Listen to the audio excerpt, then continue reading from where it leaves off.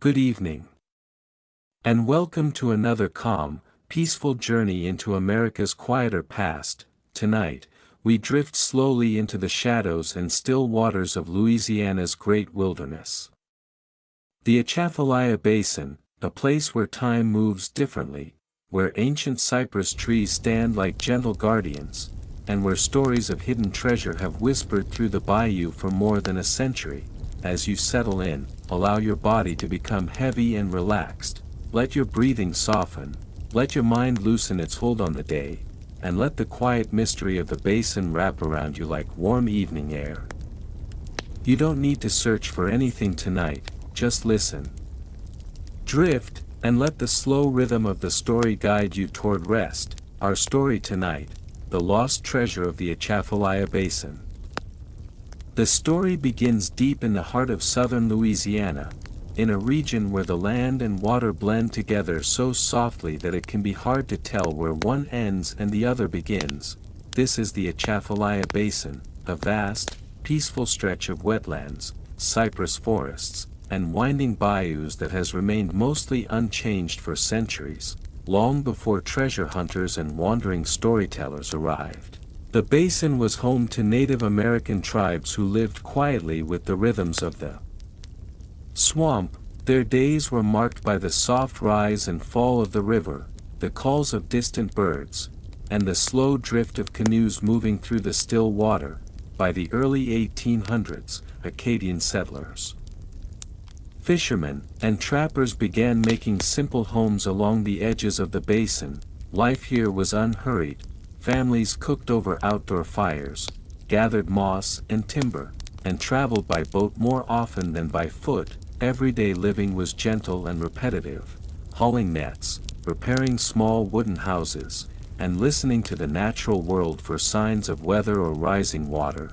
In the evenings, when the sun dipped behind the tall cypress trees and the air cooled just a little, people would sit outside their cabins, rocking slowly on porches, sharing quiet stories passed down through generations. And it was during these calm evenings, when the wind was low and the sky began to darken, that the first whispers of a hidden treasure started to drift through the community. No one knew exactly where the story came from, only that, somewhere in the endless maze of the Atchafalaya, something valuable had been left behind long ago. Some claimed it was gold from river pirates, others said it was Civil War treasure lost in a hurried escape, and a few believed it was even older than that.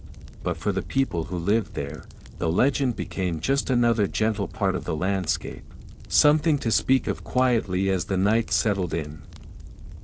The story begins deep within the quiet heart of southern Louisiana, in a place where the world seems to move at a slower rhythm, almost as if time itself takes long, thoughtful breaths. The Atchafalaya Basin stretches out in every direction, a vast tangle of swamp, river, forest, and open sky. Here, the water glides softly beneath ancient cypress trees, some older than the first European footsteps that ever touched this land. Their trunks rise from the dark, still water like smooth, weathered pillars, each draped in long strands of gray Spanish moss that sway gently with the slightest shift in the air. In the early morning, when the sun begins to lift itself above the horizon, the mist clings low to the surface of the bayou, curling around the roots of the trees and drifting like a quiet breath that refuses to fade. Birds move lazily between branches. A heron stands motionless at the edge of a shallow pool, waiting for the right moment to dip its beak. Even the breeze seems to whisper, slipping across the surface of the water with a hush-like softness. Long before the treasure stories ever took shape, the basin was home to Native American tribes who understood this environment almost the way a person understands the movements of their own hands. They knew which paths wound safely through the swamp, which plants could be used for food or medicine, and how the water would rise with the seasons. Their days were marked by simple, mindful tasks, gliding canoes between the trees, gathering fish from woven traps, and tending small fires that flickered patiently beneath the open sky. Their nights were filled with stars reflected perfectly in the still water below, a mirror of the heavens that made the entire basin feel like a quiet world floating between two skies. When the first European settlers arrived in the late 1700s and early 1800s, they found a land that felt untouched and almost sacred. Many of them were Acadians, families who had been pushed from their homes and made their way slowly down toward Louisiana, carrying only what they could hold. When they reached the basin, they found a life that moved gently, allowing them to rebuild their days with careful, steady hands. They built simple wooden homes, raised small gardens, and learned to weave their daily routines around the currents and seasons of the swamp. Life here was never rushed. Mornings began with the sound of boats being pushed into the water, the soft thud of wooden poles against the muddy riverbed, the slow splash of paddles breaking the surface. Children learned to balance in narrow wooden pirogues almost before they learned to walk. Women stitched fishing nets on shaded porches, their needles moving rhythmically as they worked. Men carved traps, tended smokehouses, and checked lines tied to low branches along the bayou. The air carried the scent of damp earth and crushed leaves, mixed with the warm smell of wood smoke drifting lazily from cooking fires. The sounds were gentle and familiar, the buzzing of insects, the distant croak of frogs, the soft whisper of moss brushing against wooden eaves. Everything about the basin seemed to encourage calmness, as if the land itself understood the value of quiet moments, and yet, despite the peacefulness of the place, whispers of something mysterious lingered in the air. Stories passed from one porch to another, traded between fishermen while they repaired nets or between families gathered around small evening fires. These stories were never spoken loudly. They were shared almost like secrets. Murmured gently, with a kind of unspoken respect for the land that held them. The tale most often spoken of was the rumor of lost treasure hidden somewhere within the vast, unmapped folds of the basin. No one could say for certain when the story began. Some believed it could be traced back to French traders traveling upriver with chests of coins meant for distant settlements. Others claimed the treasure belonged to river pirates, men who moved swiftly through the bayou in the late 1700s, stealing from passing boats before disappearing into the labyrinth of waterways where no outsider could follow. A few even whispered that the treasure might date back to the Spanish explorers who once crossed through this region, carrying their gold through lands they barely understood. But in the homes that lined the bayou, the favorite version of the tale was tied to the days of the Civil War. Families spoke of a small unit of Confederate soldiers who were said to have fled into the basin with a wagon full of gold, payment intended for troops stationed nearby. According to the story, the soldiers feared the gold would fall into Union hands, so they hid it deep in the swamp before disappearing into the fog. Some said the men never returned. Others claimed they tried to come back years later but could never find the exact place again. The water had changed, they said. The land had moved. The bayou had swallowed their footprints like it had swallowed so many things before. The beauty of the story was not in the treasure itself, but in the quiet curiosity it stirred. The people of the basin were not fortune seekers. Their lives were built on work, family, and the steady rhythms of the land. But even the calmest person could not help but wonder what truths might lie hidden beneath the roots of a towering cypress or in the murky depths of a forgotten channel. Some evenings, as the sun slipped behind the horizon and painted the sky in soft shades of pink and gold, families gathered outside their homes to enjoy the cooler air. Fireflies drifted through the dusk, blinking softly. Children sat at their parents' feet, leaning back against wooden steps, listening to the soft murmur of adults telling stories. The tale of the treasure was always told slowly, with long pauses between each detail, allowing the imagination to wander lazily through the darkening swamp.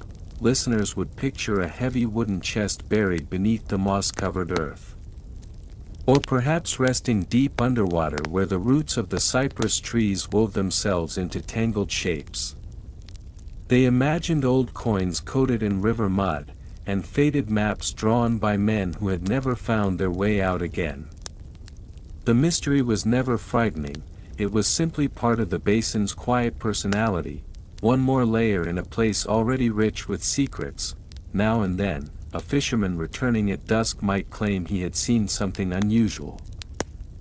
A glint of metal beneath the water.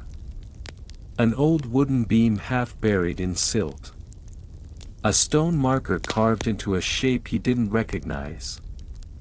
But none of these sightings changed the rhythm of life. The basin absorbed these stories just as gently as it absorbed the rain, folding them into its silent, ancient presence. What made the legend endure was not the idea of gold waiting to be found, but the way the mystery blended seamlessly with the calmness of daily life. People could go their entire lives without searching for treasure, and yet the thought of it lived quietly in the back of their minds, soft, curious, never urgent. It added a shimmer to the landscape, like sunlight glancing off the water at the perfect angle. In the moments just before sleep, when the hum of insects filled the night and the air cooled enough to let the windows remain open, many people found themselves imagining the basin at its most mysterious. They pictured the mist drifting close to the surface of the water, curling around the trunks of the cypress like gentle hands. They imagined the silent, watchful wildlife hidden among the reeds. And somewhere deep within all of that stillness, they sensed the faint echo of a story that had never fully revealed itself. As the first part of our journey comes to a close, allow the quiet atmosphere of the basin to remain with you. Let the slow movements of the water settle your thoughts. And let the mystery rest gently at the edge of your awareness, present, but never pressing. There is more to explore, more to uncover, and more soft trails through the swamp to drift along. There is a moment in every journey when the path softens, and something new begins to reveal itself. Not loudly, not suddenly, but with a quiet turn in the air. In our story, this shift arrives with the first signs that the legend of the treasure was meant to be more than a whispered tale. It begins with an old map. And the man who discovered it. The days in the Atchafalaya Basin often blend together in gentle patterns, cool mornings, warm afternoons, and long, peaceful evenings. But on one such morning, many years after the earliest whispers of treasure had settled into the rhythm of daily life, the story took a small, almost unnoticeable step forward. It happened in a tiny river settlement near the basin's quiet northern edge. This settlement, more a cluster of weathered homes than a town, sat on a stretch of raised land surrounded by slow-moving water and tall stands of cypress. Families here lived simply, just as generations before them had done, working with their hands, listening to the water, and respecting the quiet nature of the swamp. Among the people who lived there was a man named Julian Thibodeau. Julian was not a treasure hunter, nor a scholar, nor anyone who considered himself connected to big stories. He was a craftsman, a maker of boats, a mender of nets, and a gentle soul who kept mostly to himself. His fingers were always stained with the color of cedar shavings, and his clothes carried the scent of the river. Julian's days were filled with simple tasks, sanding smooth the edges of a wooden pirogue, running his fingers along the grain to feel for flaws, and shaping each board with quiet patience. He believed that the basin rewarded anyone who worked slowly, without hurry or pride. He never expected anything unusual to enter his life, but one morning, while repairing an old storage shed near the river, Julian found a weathered metal box hidden beneath loose floorboards.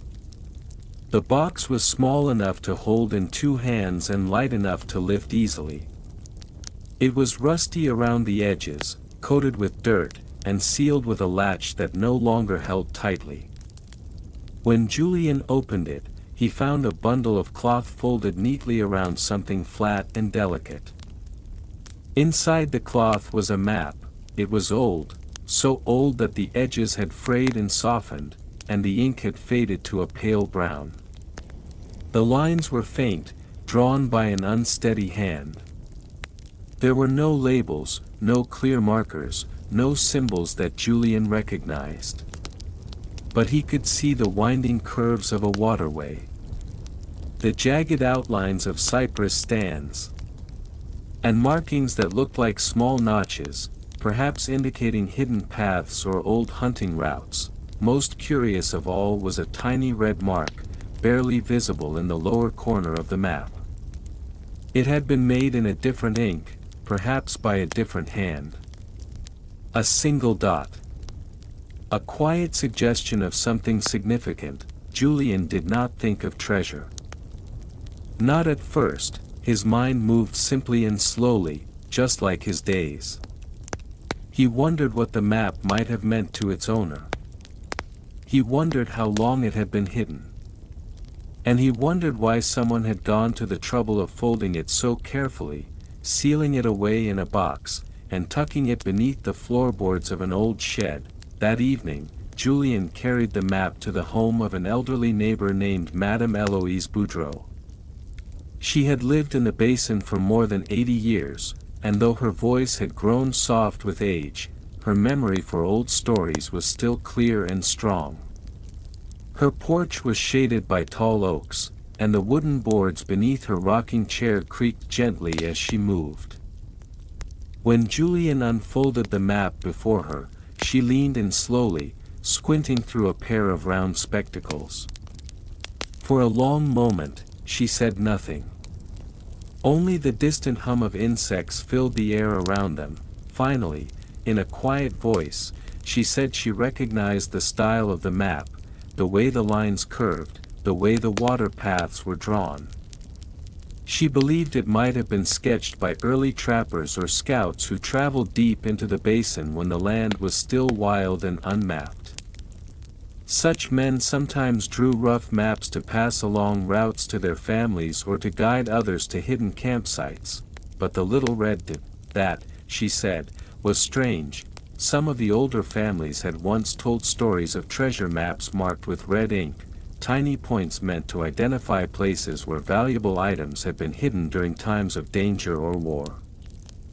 It was never certain whether these stories were meant to be taken literally, but they had lingered long enough to become part of basin folklore.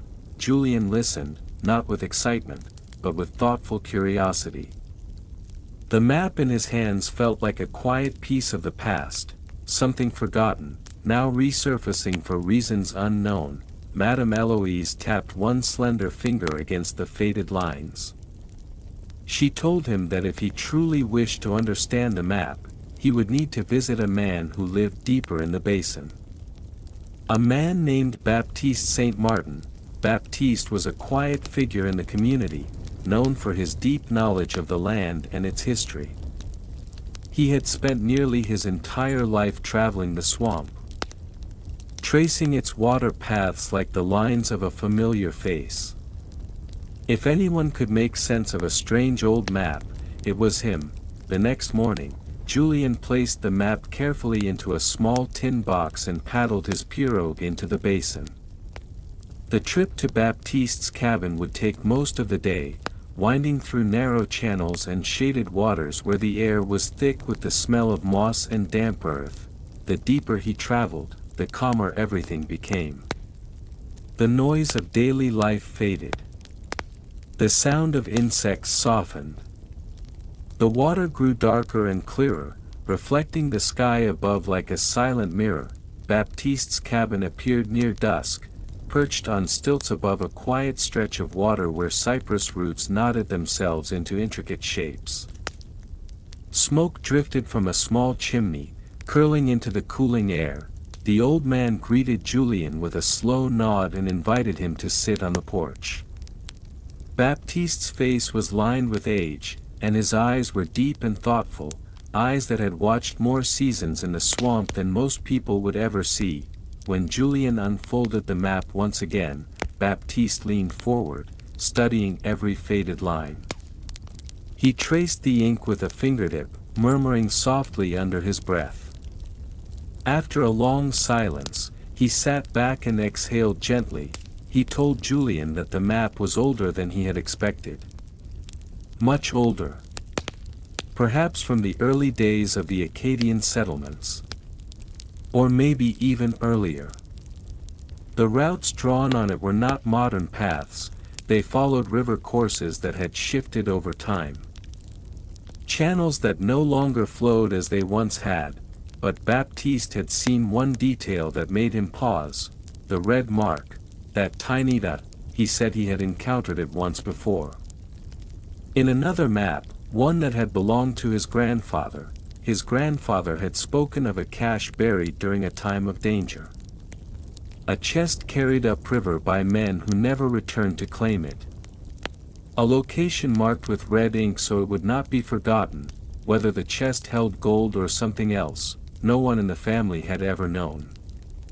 The map had been lost long ago, but now, here it was again. Resurfacing in Julian's hands, like a quiet reminder that the past does not always stay buried, Julian listened to Baptiste's words. Not with excitement or urgency, but with a calm sense of wonder. The treasure, whatever it might be, seemed less important than the story itself. This map was a thread woven through generations, connecting people who had long since passed on. Its lines carried memories, work, journeys, and moments of hope or fear. The evening grew darker around them. Fireflies floated above the water, blinking softly like distant lanterns. Baptiste folded the map with great care and handed it back to Julian. He told him the basin would reveal what it wished to reveal, but never all at once. He said that quiet patience, not searching, would lead him to the next part of the story, and as Julian began his slow journey home beneath the moonlit sky, he felt the gentle truth in those words. The map was not a call to adventure. It was an invitation to understand the land more deeply. To see it not just as a place, but as a keeper of memories. The basin whispered softly around him as he paddled through the still water, the map secure in its tin box at his feet. And though Julian did not yet know it, the discovery he had made was only the beginning of a larger, quieter unfolding, a story that would draw him deeper into the past than he had ever imagined. For now, though, the night was peaceful. The stars shimmered faintly in the dark water. And the mystery of the map rested gently in his mind, waiting to guide him forward. When the time was right. The days that followed moved with a quiet, steady rhythm, as if the island itself breathed in long, slow waves. The settlers began to settle into a routine that felt almost peaceful, even soothing, beneath the soft southern sun. Each morning came with the same pale golden light rising over the treetops, spreading warmth across the small village and warming the sandy paths between the houses. By now, many in the group had grown comfortable enough to walk the edges of the forest without hesitation.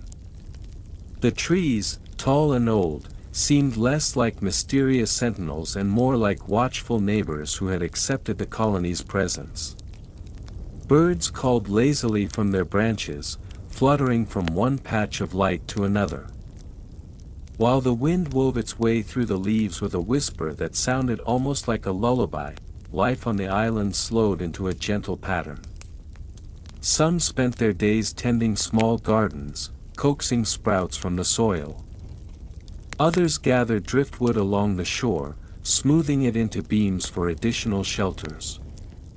A few took to fishing with quiet patience, standing in the shallows as tiny waves lapped softly against their legs, the smell of the ocean, bright and airy, mixed with the scent of sap and pine drifting from the woods, creating an atmosphere that felt both wild and reassuring. Even the distant cry of gulls seemed to fold into the calm, becoming part of the daily song of Roanoke.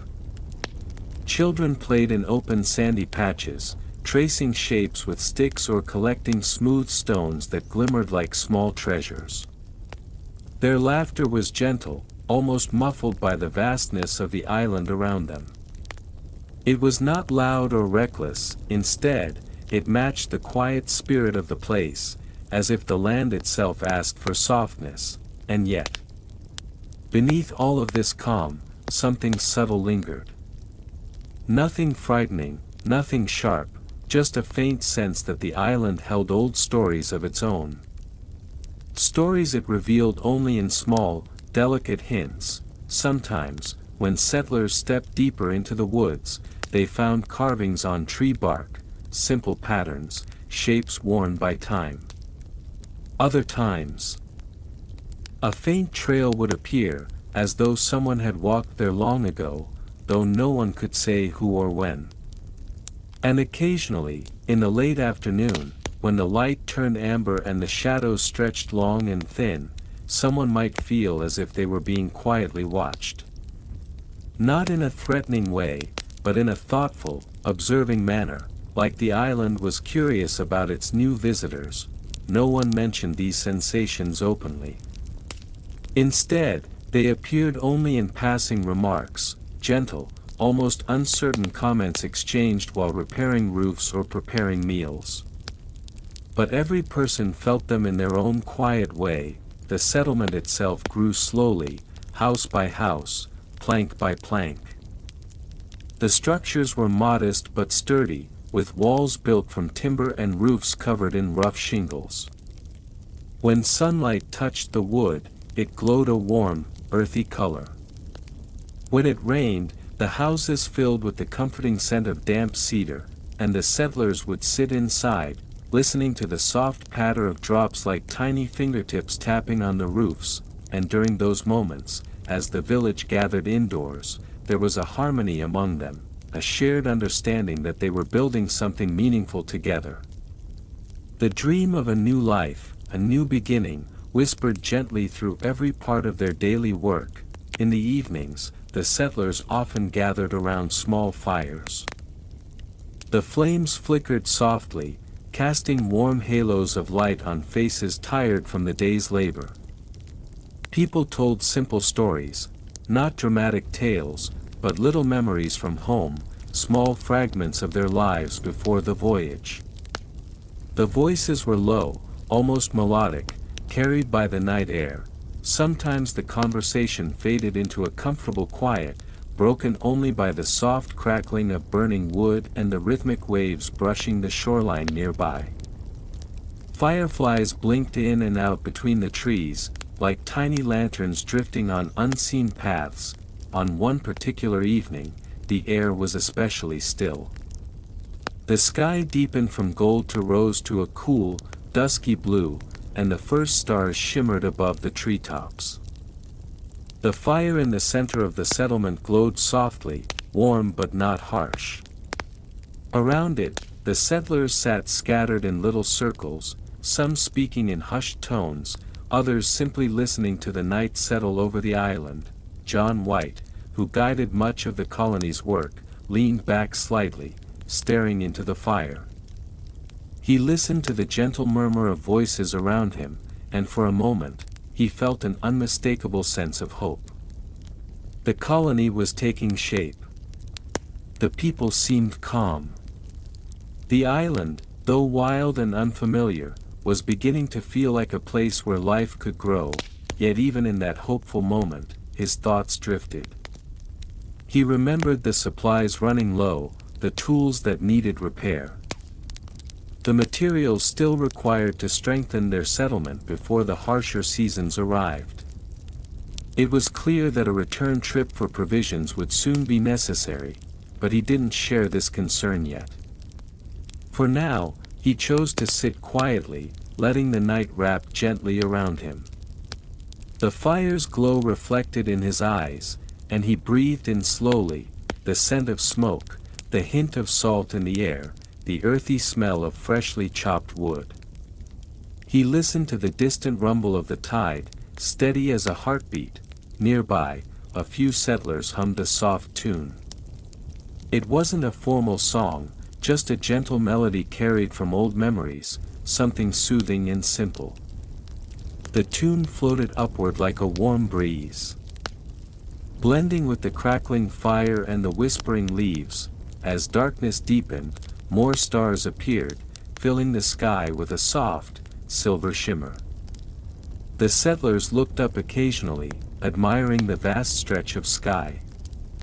It felt different here, wider, quieter, clearer than the skies of England.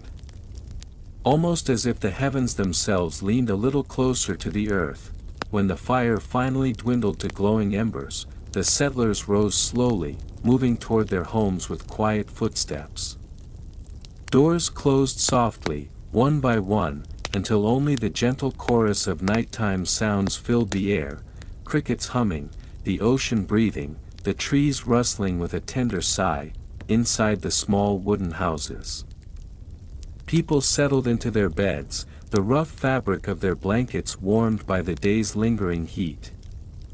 As they drifted toward sleep, many felt the same strange sense of companionship with the island, as if it were watching over them in its own silent way. And somewhere beyond the woods, where the shadows thickened and the sounds grew distant, something stirred. Not a threat, not a danger, simply a reminder that the island had many layers, many stories, many hidden corners that the settlers had not yet explored. It was a soft mystery, a gentle invitation for curiosity. A whisper that the days ahead would reveal more than anyone yet understood, but for this night, everything remained peaceful. The moon rose high, casting a pale glow over the village, painting the rooftops in soft silver light. The houses stood still, the paths lay empty, and the island rested in a serene quiet. The story paused here, in the calm of night, where questions lingered softly, waiting to unfold in the coming days, and as the settlers slept, the island listened. Patient, steady, holding its secrets just a little longer. Morning crept over the island softly, as if it wished not to disturb anyone still resting inside the small wooden homes. The first threads of light slipped gently between the trees, pale and cool, brushing the tops of the roofs and stretching across the quiet pathways. It was a different kind of dawn, still peaceful, still calm, but carrying something faintly unfamiliar, like a quiet shift in tone that one might only notice after pausing to listen. For a while, no one stirred. The settlement lay still beneath the soft glow, wrapped in the remnants of night. But as the sun rose a little higher, shadows thinned, and the morning air grew warmer, the colony began to wake, one house at a time. Shutters creaked open. A few early risers stepped out into the gentle chill, rubbing sleep from their eyes, stretching as the world slowly brightened. The soil beneath their feet felt cool and grainy, still holding the last traces of night's moisture. Above them, birds called and scattered, sleepy notes, as if greeting the sun with their own small voices. Yet on this morning, something felt slightly different. The settlers couldn't quite place it, not immediately. It wasn't the color of the light, though it did seem softer, almost silvery. It wasn't the breeze, though it carried a faintly new scent, something like herbs crushed beneath unseen footsteps. It was something subtler, something that seemed to hover just beyond explanation. Like a stray thought trying to settle, people went about their tasks in the usual quiet manner. Some gathered water from the nearby barrels. Others began preparing morning meals, the soft clinking of clay pots mixing with the gentle crackle of small cooking fires. Children wandered sleepily toward the sandy paths, picking up fallen twigs and tracing lines in the dust with slow, unfocused movements. Still, every now and then, someone would pause mid-step, look toward the woods, tilt their head slightly, and then continue with their task, unsure of what had drawn their attention. The trees seemed to stand differently this morning. They weren't changed in shape or size, but the way the light touched them, thin streaks of silver weaving between branches, made the forest look almost like a painting brushed with a delicate new layer. The leaves shimmered ever so faintly, and the shadows beneath them appeared deeper, softer, as though holding stories that had drifted quietly to the surface overnight. John White noticed this first as he stepped out of his home. The morning felt familiar, yet layered with something he couldn't name. He stood still for a moment, breathing in the cool air, letting it fill his lungs slowly. The scent of pine and ocean drifted around him as always. But there was a faint earthy note threading through it today, something like freshly turned soil after gentle rain. He let the sensation rest in his mind for a few seconds, then exhaled. Perhaps, he thought, the island was simply waking in its own way. He gathered a few tools and headed toward the small work area where several settlers were already repairing fishing nets. As he approached, they greeted him with soft nods. Their movements were measured and unhurried, the same calm rhythm that had grown natural in this quiet place. But even among them, John sensed the same subtle awareness, the same gentle shift that had made the morning feel just a little out of place. They worked steadily, yet each person seemed slightly more contemplative, as if their thoughts drifted toward some quiet question they hadn't yet spoken aloud. By midday, the settlement bustled with its usual activity.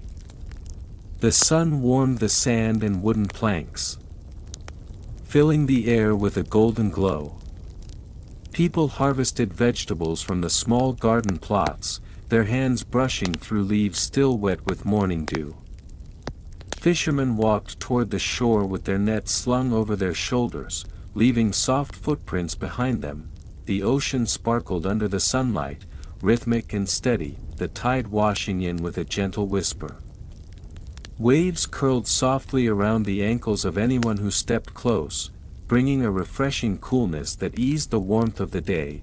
Children gathered near the edge of the water, picking up shells shaped like tiny spirals and smooth white stones that glistened in the sun. They whispered among themselves in hushed excitement. Not about anything alarming, but about the way the water seemed a little clearer today, almost glass-like. When they lowered their hands beneath the surface, they could see their fingers more sharply than usual, as though the sea had polished itself overnight. Farther inland, others collected firewood and tidied the paths between the houses. A few removed debris carried in by the night breeze, pieces of bark, dried leaves, and sticks scattered lightly along the ground. Everything seemed normal. And yet the faint undercurrent of mystery remained, humming quietly at the edge of awareness. It wasn't until late afternoon that the settlers discovered something that made them pause, near the forest's edge. Where sunlight flickered through the branches in delicate patterns, someone noticed a line of small stones arranged neatly along the ground. They were smooth and rounded, placed in a simple curve that formed a shape, not quite a circle, not quite a path. It looked almost like the beginning of a symbol, though broken or incomplete. The stones were not unusual in themselves. The island had many like them scattered near the shoreline. But the arrangement, the placement, the gentle precision, it all felt intentional. A few settlers gathered around the stones, kneeling slowly to inspect them. No one spoke at first. They simply stared, letting the quiet of the moment settle around them. John White approached after hearing a few murmured voices. He crouched carefully beside the formation, his shadow stretching across the ground. He reached out to touch one of the stones, turning it gently in his fingers.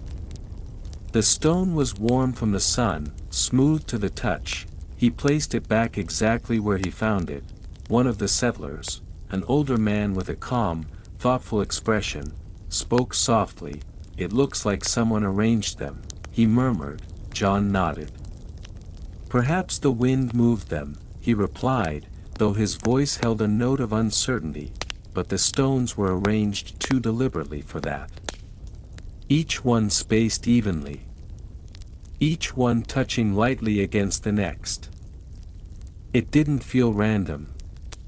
It felt placed. Still, there was nothing threatening about it. Nothing harsh or alarming.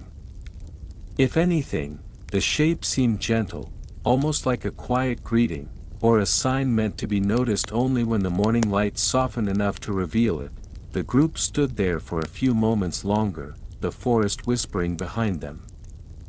Then, gradually, they drifted back to their tasks, leaving the stones exactly as they had been.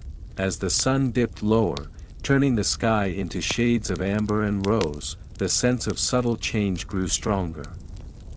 But it remained soft, like a tiny thread woven into the day. Something new was unfolding, but only in small, careful steps. When evening approached, the settlers gathered once again around the central fire. The flames flickered gently, sending sparks upward in slow spirals. Their warm glow softened every face, casting deep yet peaceful shadows across the ground.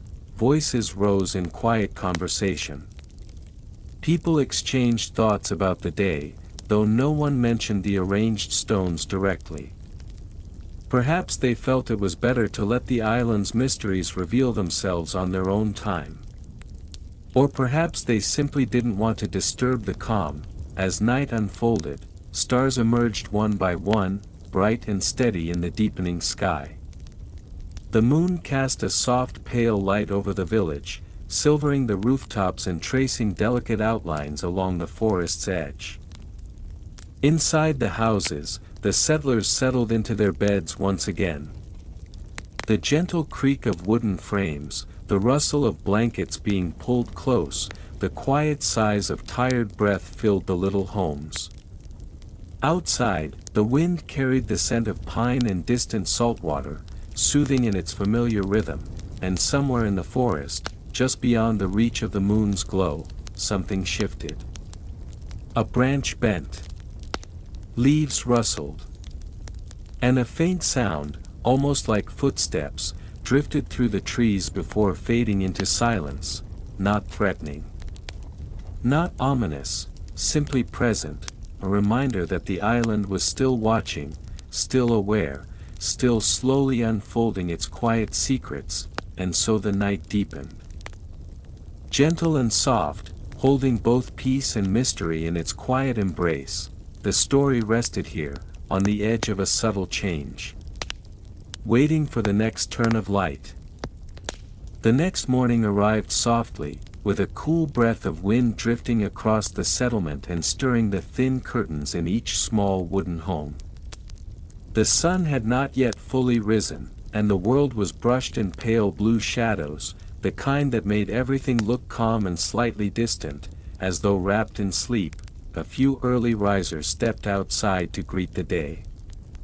The sand felt cool beneath their feet, and the soft rustle of leaves drifted from the forest edge. The breeze carried a scent different from the day before, something clean, herbal, and almost sweet. It brought to mind crushed cedar needles, the kind that released their fragrance only when stepped on or warmed by the sun. John White emerged from his home soon after, stretching his arms slowly, letting the morning settle around him. The air felt gentle against his skin, carrying that familiar quiet that had become a part of their lives here. But beneath it, faint as a whisper, he sensed the same subtle presence that had filled the settlement the day before, something shifting, something evolving, but doing so with an almost respectful softness. He closed his eyes for a moment, breathing deeply, letting the calm settle into his chest. Then he stepped forward, careful and unhurried, as if the very ground beneath him asked for stillness. The forest, however, seemed more awake today.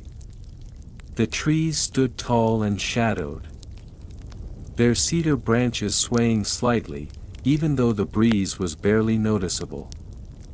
Light trickled between them in long, thin streaks, illuminating patches of ground where fallen needles lay gathered like soft, reddish-brown carpets. Several settlers approached the forest's edge with quiet curiosity. They hadn't spoken much about the arranged stones from the day before, but the memory lingered in their minds, subtle yet persistent. This morning's strange fragrance drew them closer, as though something in the woods wished to be noticed. John joined them, nodding gently as he approached. No one was tense. No one seemed afraid. The island had a way of making even the unexpected feel like a natural part of life, simply another quiet detail in a place shaped by patience and long, restful rhythms. When they stepped beneath the cedar branches, the air changed almost instantly. The breeze faded, replaced by a deeper stillness, thick and warm, like the inside of a quiet room. Light filtered down in soft beams, illuminating drifting specks of dust that moved as slowly as the breath of the forest, and then they heard it, a soft sound, faint enough that at first it seemed like imagination. Something like a whisper, or a distant murmur, gentle, layered, and rhythmic, as though it came from far below the surface of the earth. It was not a voice. Not words. More like the sound of branches brushing together somewhere out of sight, or the distant echo of water moving beneath roots.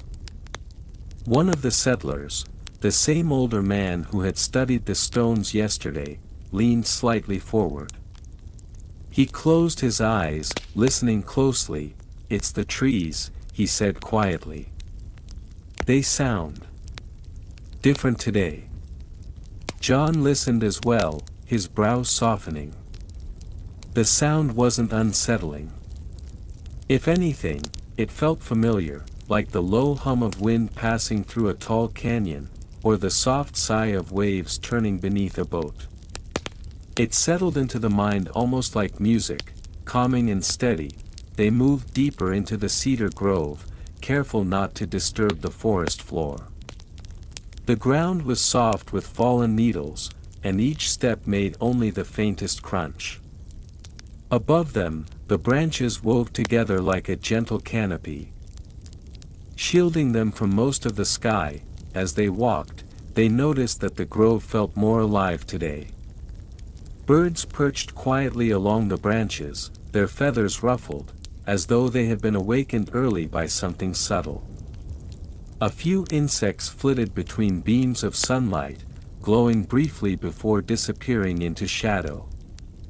Everything seemed to move in small, deliberate rhythms, and the whispering continued, never growing louder, never fading away. Just a steady presence, as though the forest was breathing. Eventually, they came upon a small clearing they hadn't visited before. It was shaped like an open circle, surrounded by cedar trees that curved gently inward. The ground here was smoother than the rest of the forest floor, and a small stream cut through one side, flowing with almost silent clarity. The settlers paused at the edge of the clearing. Something about the place felt untouched, as though time itself lingered here more slowly, circling and drifting without ever fully moving forward. The whispering sound seemed strongest in this spot, soft but undeniable. John stepped forward first, kneeling at the edge of the stream. The water was cool and clear, revealing smooth stones beneath its shallow current. He touched one gently, lifting it from the water and turning it in his hand. It was shaped much like the ones they'd found arranged outside the forest, a rounded, polished stone, worn by years of gentle movement. He returned it carefully to its place, one of the younger settlers pointed toward a tree near the center of the clearing. At its base, partly hidden beneath fallen needles, were several more smooth stones. These were scattered, not arranged, as though they had been naturally deposited there by the slow shifting of the stream over many seasons. John knelt beside them, brushing away the thin layer of needles. The stones weren't marked. They held no carvings, no symbols. But as he studied them, he noticed something small, something almost too faint to see, a gentle path, barely wider than the width of a hand, wound from the stones toward the deeper woods. It wasn't a trail made by people. It wasn't even a trail made by animals. It looked more like the forest itself had shifted slightly, opening a narrow line of flattened earth, a natural change. Or something more deliberate. He rose slowly, looking along the faint path. It led toward a denser part of the grove, where the cedar trees grew taller and closer together, their branches intertwined like woven threads. The whispering sound deepened here, more musical, more layered. It felt as though the trees had been holding this sound for years, waiting for quiet ears to notice. The settlers stood together for a long moment, letting the atmosphere settle around them. The forest didn't feel like it was warning them. It didn't feel like it was inviting them either. It simply existed, alive, aware, and filled with gentle, ancient patience. John finally spoke in a soft voice. "We should continue exploring tomorrow," he said. "The forest is waking in its own time. We shouldn't rush it." The others agreed quietly. They stepped back, moving slowly along the same path they had taken in. As they left the grove, the whispering grew softer, fading into the distance until it became nothing more than the faint rustle of branches swaying in the breeze. When they emerged from the forest, the sun had risen fully, bathing the settlement in warm golden light. The scent of cedar still clung to their clothes, subtle and comforting. Life continued as it always did. People tended to chores, shared morning meals, and worked under the growing heat of the day. Yet each person who had stepped into the grove felt a quiet shift inside them, a gentle awareness that the island held stories woven into its roots, stories that were not spoken but lived, and beneath the calm of the day, those whispers seemed to linger, drifting through memory like soft threads of sound. That night, when the settlers rested beneath the settling darkness, some found themselves listening closely to the wind outside their homes. They listened not for danger, but for understanding, for the subtle language of the cedar trees that had spoken so gently that morning. If you're still awake, let yourself take one more slow, easy breath. Feel your body becoming lighter, softer, fully relaxed. Let the quiet images of the past settle gently in your mind, like drifting leaves on calm water. You are safe. You are peaceful. And you can let go of the day now, allow sleep to come naturally, quietly. Whenever it's ready. Thank you for listening. Good night.